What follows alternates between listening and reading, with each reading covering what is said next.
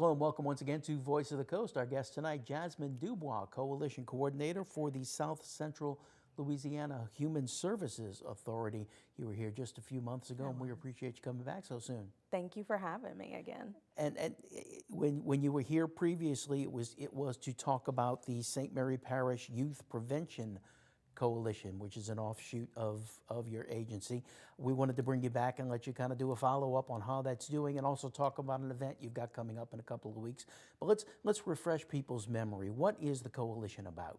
So the coalition is a group of community leaders in healthcare, our youth, parents, and also law enforcement getting together to really boost the overall well-being of our youth through prevention in substance use and promotion of positive mental health. So we've got a combination of problems we're dealing with.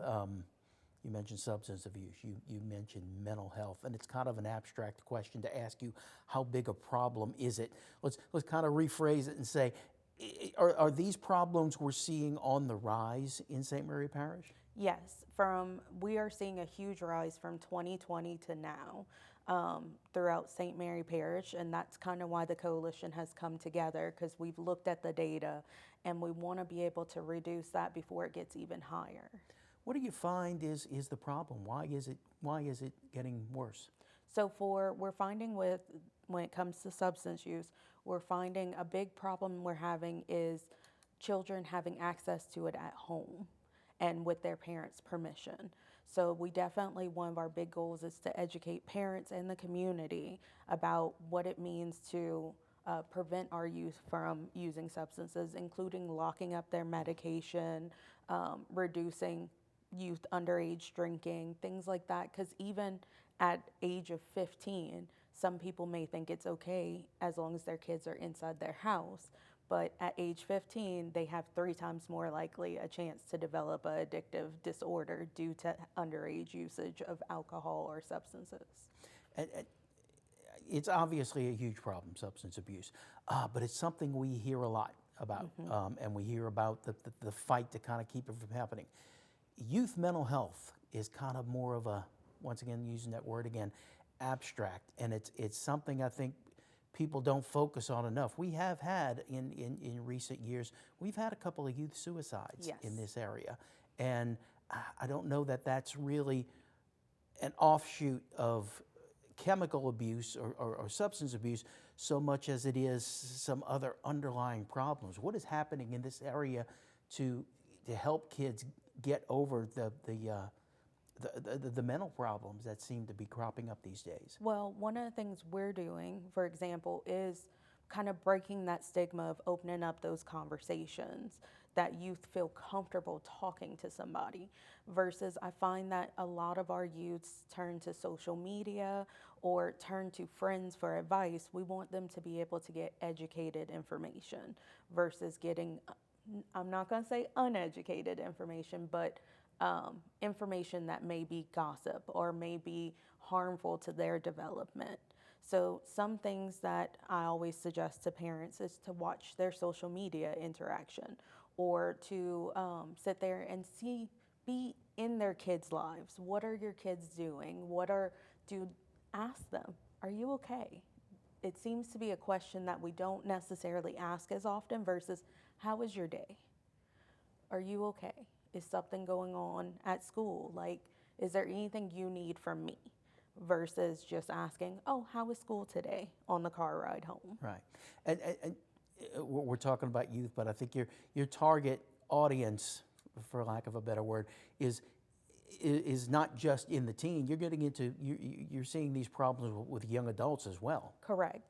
So in our coalition, our focus area is age 12 to 25, because we're seeing it even into a early adulthood that these problems are just increasing.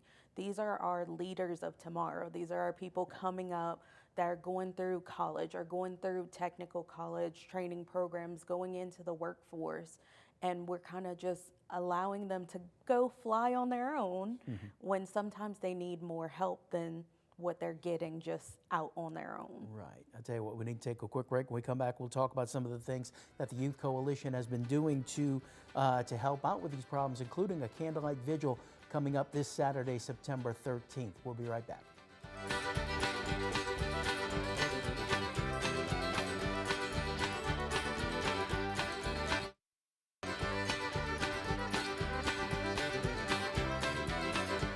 Welcome back to Voice of the Coast. We're talking with Jazmin DuBois, coordinator for the St. Mary Parish Youth Prevention Coalition, talking about the things they've done since the coalition came into being about 6 months ago, I guess, 5 or 6 months ago. Yes, it's very young. It is. Right about the same time, a youth center was established here in Morgan City. How have y'all utilized that facility? So I actually got to tour the facility. It's a gorgeous facility, and it's very youth friendly. So we've actually been in talks with the runner of the youth facility, and we've talked several times about possibly coming there, talking to the youth, or organizing different things such as a field day with them. Mm-hmm. Okay. So it is out there available for use. Oh, right? absolutely. Yeah. Okay. And they're very good. Now, they only do Morgan City, but they're very good about picking up the kids, dropping them off, feeding them, everything like that. Yeah, okay. I'm going to kind of jump out of order here because I want to make sure we don't run out of time to talk about the Candlelight Vigil coming up Saturday, September 13th. Candlelight Vigil and Walk of Hope. This is in Lawrence Park in Morgan City. Starts at 7 o'clock. Tell us what's going to happen that night. So this is my baby, so I'm so excited about this. We put together this Light the Night Candlelight Vigil and Walk of Hope, and what's going to happen is at 7 o'clock, we're going to start. We're going to have everybody come into the park. We have several resource booths such as St. Mary Behavioral Health, 988, Violink, Acadiana Family Tree, and Start Corporation. They're going to go through the booths, and then we're going to gather where we're going to have some community leaders and our youth actually share messages of hope. We'll have a moment of silence. Morgan City Dance Theater will be giving an interpretive dance, and then we'll lead into our walk, which is going to go all the way up to Front Street and back, where on Front Street it will be lit up in purple and teal for suicide prevention. Mm-hmm. Okay.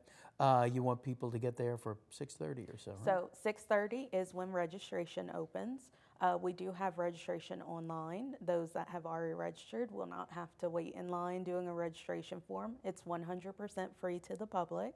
The registration form is so we can keep a track of how many people come through, and also it allows us to get the names of those family members that want to honor somebody during the moment of silence. Now, when you say honor, what kind of honoring?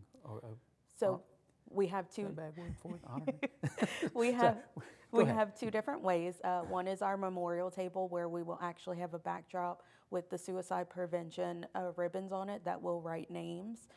These are for those that have either that are currently struggling, lost the struggle to suicidal ideation, or is those that you want to honor that have passed. Mm-hmm. So this is how we're honoring them we will call out names during the actual walk itself, and we'll have them on our backdrop for the memorial table. You can register at the event, or you said go on your what's the website? So it's actually our Facebook. It's St. Mary Facebook. Parish Youth Prevention Coalition, and it's right on our events page. You'll see Light the Night Candlelight Vigil event. Click on it, and it has the jot form link right on there. Okay, and again, that is September 13th, Saturday, September 13th in Lawrence Park from 7 to 9 o'clock. Yes. Okay, good. We got time to get back. We'll backtrack a little bit and go back to the Shrimp and Petroleum Festival. Yes. You did a booth there. Tell us about that. How'd that go? We did our Sober Space booth. It was the first one in St. Mary Parish. We were very excited about it. It was a safe place for both the youth and adults to go, where it was substance free. We had several different things such as bracelet making. We had games with our impairment goggles, also known as drunk goggles.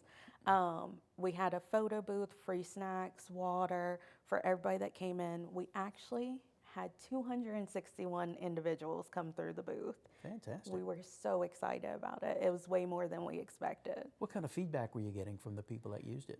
Honestly, everybody that came through really enjoyed it. It was a safe spot in the park. They could still hear music. They were still right next to the food. The youth absolutely loved the bracelet making. I couldn't have picked a better activity to add because we had kids coming in of all ages. We had little bitty 2-year-olds and up to 18-year-olds making bracelets. Very good. Congratulations. We'll keep an eye on what you're doing and have you back again soon. Thank you so much. Once again, the Candlelight Vigil is 7 o'clock Saturday, September 13th at Lawrence Park. You can go to the Coalition's Facebook page or register right there on the spot. Thank you for joining us. We'll see you again next time on Voice of the Coast. Have a great evening.